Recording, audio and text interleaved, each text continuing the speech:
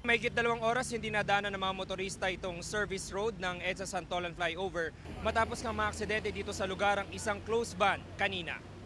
Nakatagilid ang isang close van sa service road nang inabutan ng mga tauhan ng MMDA. Nangyari ang aksidente kaninang alas 3:30 na madaling araw. Binabagtas daw ng close van ang northbound lane ng Santolan Flyover nang bumangga ito sa poste ng ilaw. Sa lakas ng impact na tumba ang poste. Nalaglag naman sa service road ang close van at tumagilid. Ayon sa isang saksi, may motorcycle taxi rider na tumulong sa driver na makalabas sa close van. Wala naman daw natamong sugat ang driver na patuloy pang hinahanap ngayon ng mga otoridad matapos tumakas. Maagang tumukod ang traffic sa northbound lane ng EDSA Santolan dahil hindi nadaanan ng service road. Pasado alas 5 na ng umaga nang tuluyang maialis ang close van.